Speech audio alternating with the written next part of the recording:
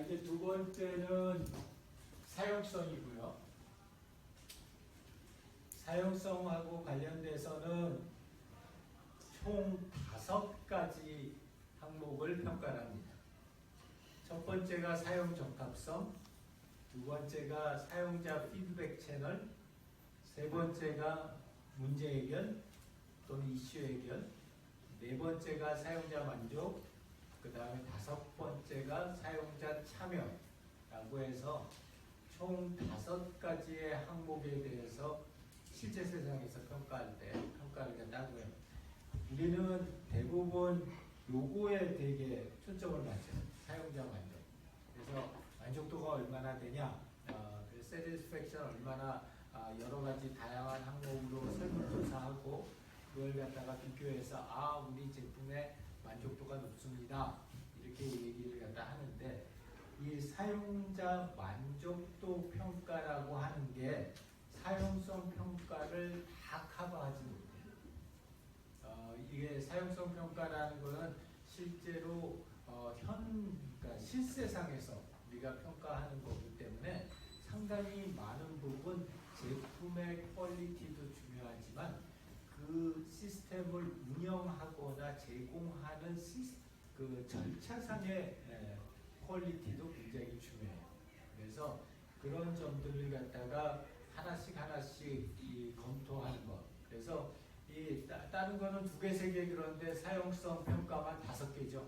그러니까 그 얘기는 무슨 얘기냐면 사용성 평가 쪽이 되게 중요하다는 거예요. 특히 이 미국 내에서 아까 얘기했던 그런 Q 서비션 같은 거 하게 되면은 미국 식약처는 사용성 평가 했냐 안 했냐서부터 물어봐요.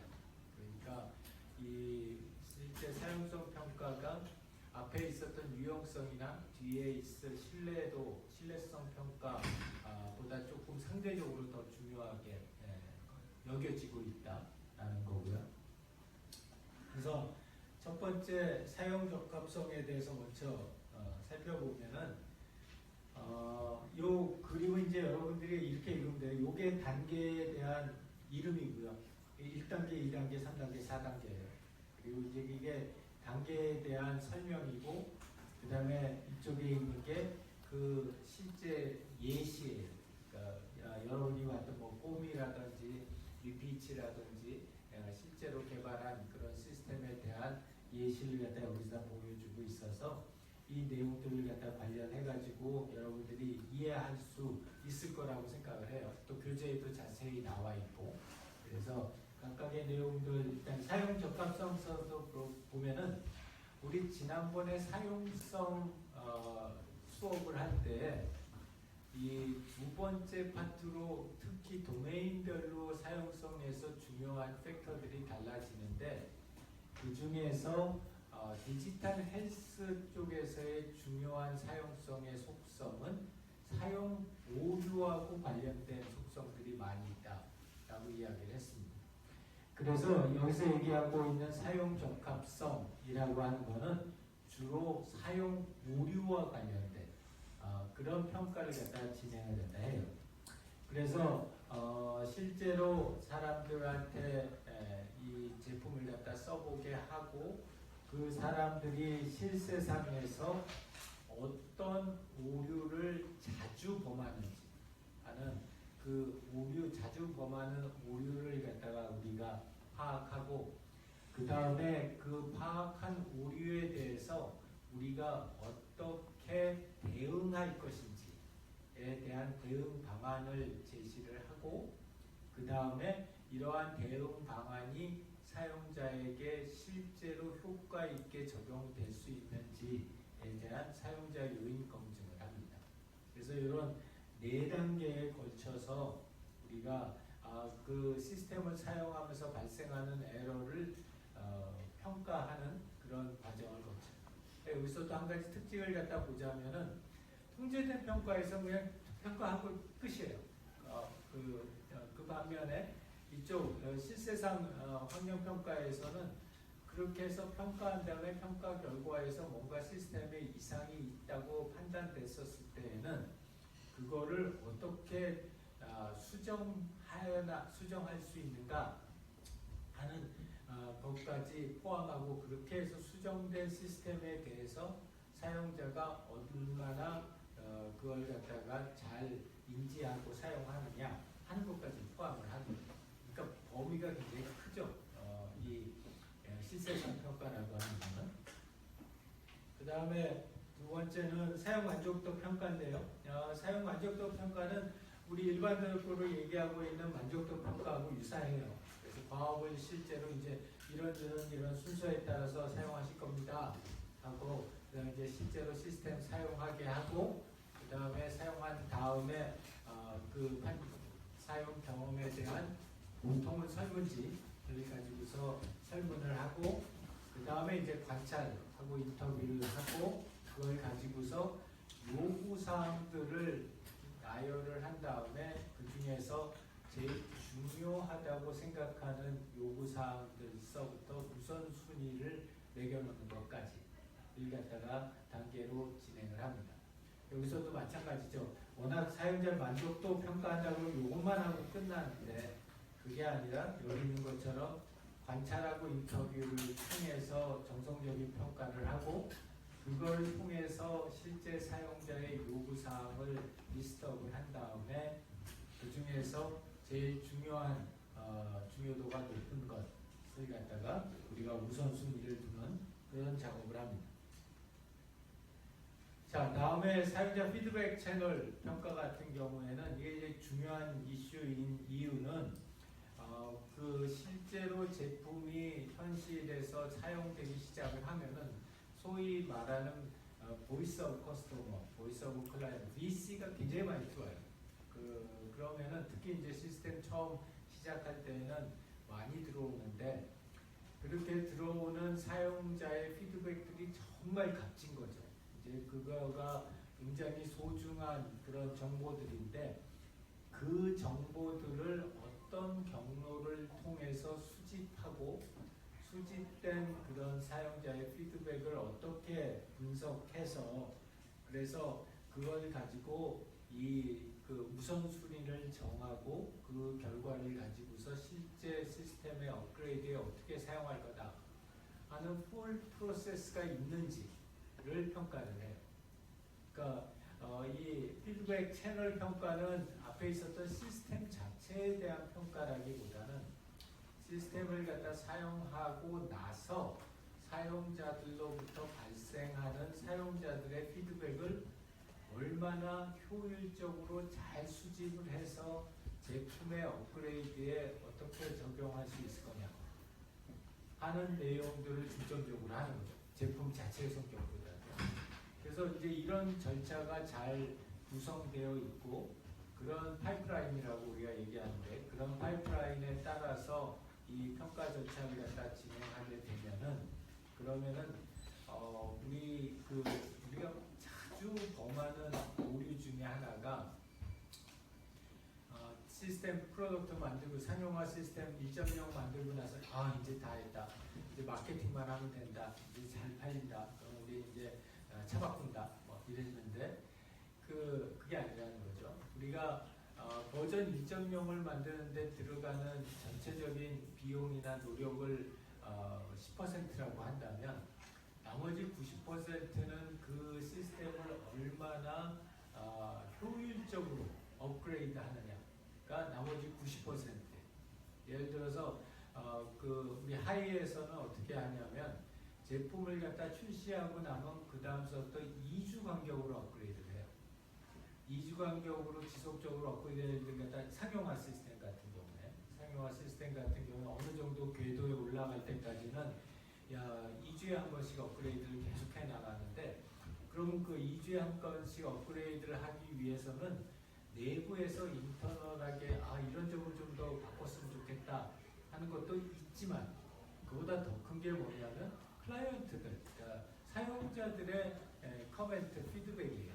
그래서 그런 피드백이 이런 채널이 잘 만들어져 있어서 그 채널을 타고 이런 사용자의 피드백이 효율적으로 흘러가서 제품의 2주에 한 번씩 하는 업그레이드에 어떤 것들이 이번 주에 업그레이드 사항, 그 다음 라운드에서는 뭘 업그레이드, 그 다음 가운데서 뭘 업그레이드 하는 식으로 그 큐잉이 쫙 쌓여가야지, 그래야지 개발팀도 아 내가 다음번에는 어느 걸 갖다가 바꿔야 되는구나, 뭐를 개발해야 되는구나 하는 걸 갖다가 그 계획을 세울 수 있고, 그래서 이거 해서는 도저히 우리가 정해진 기간 내에 못할 것 같은데 그러면은 신규 인력을 채용을 하거나 아웃소싱을 해서 진행을 갖다 하는 방안을 갖다 강구를 하게 되죠. 그래서 그런 전체 과정이 효율적으로 잘 설계되어 있고 운영되고 있느냐 하는 걸 평가하는 게 이 사용자 피드백 채널 평가입니다. 굉장히 중요해요. 그 만족도 평가하는 것보다 훨씬, 난 개인적으로는 훨씬 더 중요한 그런 요소라고 생각을 하고요.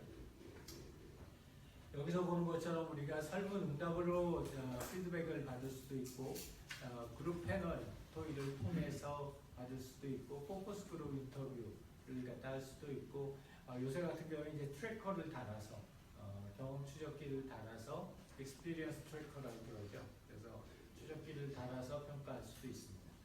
각각의 장단점이 당연히 있죠. 당연히 있고, 제일 싸고 제일 쉽게 할 수 있는 게 설문이고, 제일 비싸고 제일 어렵게 해야 하는 게 경험 추적기예요. 그 중간에 있는 게 그룹 패널 같은 경우에 우리가 패널을 유지를 해서 그 말하자면 사용자 패널에서 런칭에서부터 뭐 한 1년 동안 그 20명, 50명 하는 그런 패널들을 갖다 쭉 유지해 가면서 그 패널들에서 어떻게 사용 형태가 바뀌어지는지를 갖다 검토하는 거고요.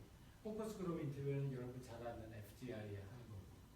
그래서 요새 추세는 이 설문만 하는 거에 대해서는 그렇게 크게 크레딧을 별로 안 주는. 왜냐하면 사람들이 실제로 설문할 때 제대로 응답하는 것도 좀 그렇고 자신이 없고, 또 설문 응답을 하는 것 자체에 바이어스도 상당히 많이 껴있기 때문에 설문 응답보다는 밑에 있는 것들에게 조금 더 비중을 많이 두는 편이고, 특히 이제 이런 디지털 피노타이핑 이런 웨어러블 이런 것들이 많아지면서 제일 밑에 있는 경험 추적기를 갖다가 활용하는 경우가 점점 많아지고 있어요. 그래서 경향은 뒤에 밑에 있는 애들을 갖다 사용하는 게 더 많아지고 있다라는 거고요. 그 다음에는 이것도 이제 절차에 대한 평가인데, 그러면은 실제로 어떤 문제가 발생했다, 시스템 오류가 발생했다는 거죠. 지금도 우리는 막 몇십만 명 쓰는 시스템이 있잖아요. 그래서 마음 검진 같은 경우에 지금 누적으로 한 80만 명 정도 되는데, 그러면은 이거는 데일리 모니터링을 해요. 어디에서 문제가 발생하는지 안 하는지를 갖다 하고, 그게 이런 그 시스템 내에서뿐만이 아니라 전체 조직도 이 발생한 문제를 어떻게 해결할 것인지에 대해서 그런 프로세스를 다 정립을 해놔요. 그러니까 예를 들자면 어저께 시스템 장애가 한번 발생을 했어요. 그 80만 명 쓰는 시스템에 시스템 장애가 발생을 했는데 뭐 디테일한 내용은 하여튼 좀 그렇지만 어떤 사람이 시스템 상에서 등록을 해놓고 나갔다가 그 사이에 핸드폰을 바꿨어. 그래서 검진 딱 시작하고 나서 핸드폰이 바뀐 거예요.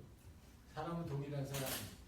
그러니까 이런 케이스가 그렇게 많지는 않지만 이게 발생할 경우가 생기는 거죠. 이제 그러면은 그런 그 시스템 오류가 발생했을 때, 그랬을 때 이게 오류 발생한 사람들과 오류 발생한 타이밍, 그리고 어떤 종류의 오류인지를 갖다 식별하는 프로세스를 거쳐. 그렇게 거쳐서 이제 그 책임 소환, 그게 어디까지 가는지, 이게 대표이사까지 가는 시스템 장애인지, 아니면 CTO 선에서 해결이 되는 장애인지, 아니면 팀장 선에서 해결되는 장애인지, 아니면 실무자가 해결할 수 있는 장애인지가 결정이 되고, 그러면은 그 프로세스에 따라서 이게 이제 대표이사까지 가야 되는 장애다. 그러면은 1시간 내에 나한테 보고가 들어와요. 그럼 내가 결정을 해야 되고, 이렇게 후속을 갑시다 라고 하면은 여기에 수정하고 예방 절차를 갖다 진행을 해요. 그래서 그거 끝나고 나면 우리가 요번 오류 발생한 시스템 장애에 대해서 이런 프로세스를 거쳐서 이렇게 결정해서 이렇게 수정했는데 그 과정이 효과적이었다, 효과적이지 않았다. 다음번에 비슷한 오류가 발생하면은 이렇게 해야 되겠다 하는 걸 갖다가 실제 절차 자체에 대한 평가를 합니다. 이런 것들이 다 실제 그 USFDA가 조목조목 다 그 규정을 해놨어요. 이렇게 시스템 장애가 발생하면은 이런 프로세스에 따라서 이렇게 평가하고 이렇게 대처하고 이렇게 그 결과를 갖다가 보고하도록. 그 다음에 네 번째가 시스템 참여도 평가죠. 우리 인게이지먼트라고 하는 거 평가하는 거고, 이거 여러분들 그 실제로 현업에서도 많이 쓰죠. 그래서 일일 활성자수 DAU라고 하는 거 많이 쓰고, 그다음에 MAU 한 달 동안에 하는 거, 그 다음에 스티키니스라고 해서 DAU를 MAU로 나눈 거, 이런 요소들을 갖다가 우리가 실제로 참여도 확인을 하고 그거에 따라서 사용자들을 분류하고 참여율을 높일 수 있는 전략을 만들어내는 절차를 가져갑니다. 그 주식의 하위 사례를 갖다 하나를 들자면은 우리가 그 제일 중요하게 생각하는 것 중에 하나가 마음검진 프로그램, 그 80만 명 쓰는 마음검진 프로그램 같은 경우에 로그인하고 중도에 탈락하는 비율, 그게 제일 큰 이슈예요. 그래서 처음 시스템 시작했었을 때 한 20% 정도 됐었어요. 물론 여러 가지 종류가 있어서 그렇긴 했지만 20% 정도 됐었을 때 일단 우리도 되게 걱정을 많이 했고, 그 다음에 우리랑 같이 일을 하는 서드파티나 이런 데서들도 이제 걱정들을 갖다 되게 많이 했어요. 지금은 그 천 레이트라고 그러는데 그 천 레이트가 지금은 한 7.5% 정도 돼요. 그래서 한 20몇 프로에서 7.5%로 낮췄는데 한 2년 정도 걸린 거죠. 그래서 그 실제로 현업에서는 이 사용자 참여도 평가를 굉장히 중요한 인덱스로 쳐서 분석을 갖다 하고 있기 때문에 이러한 것들을 갖다가 이런 절차에 따라서 네 가지 절차에 따라서 실제로 평가를 갖다 합니다. 그리고 이런 사용자 참여도 평가위에서 뭐 신규 사용자를 갖다 하기도 하고 활성화 사용자 파악을 하기도 하고 재사용률, 사용 시간, 그 다음에 이제 그거에 따라서 발생하는 수익률, 우리 소위 알프라고 그러죠. 그래서 알프까지를 갖다가 쭉 평가 지표를 해서 보통 일반적인 경우에는 처음 시스템 런칭했을 때는 매일매일 보고를 받고요. 이게 이제 어느 정도 안정화되고 나면은 주에 한 번, 그리고 더 안정화되고 나면 월에 한 번 정도씩 보고를 갖다 받거든요. 물론 이제 갑자기 이상 사태가 발생하게 되면은 바로 그거에 대한 리포트가 올라오기는 하지만, 그래서 이런 요소들을 갖다 지속적으로 파악을 하고요. 정리를 하자면은 사용성 평가 같은 경우에는 사용 적합성, 오류에 대한 거, 그다음에 사용자 만족, 그다음에 사용자 피드백 채널, 그다음에 문제 해결 절차, 그다음에 사용자 참여 인덱스, 이렇게 해서 5가지를 갖다가 평가를 갖다 합니다. 그리고 이런 평가를 하는 거는 설문 방법서부터 로그 데이터 분석, 그리고 그 트래커 분석까지 다양한 형태의 데이터를 갖다 수집을 해서 그것들을 갖다가 실시간으로 분석해가지고 현재 시스템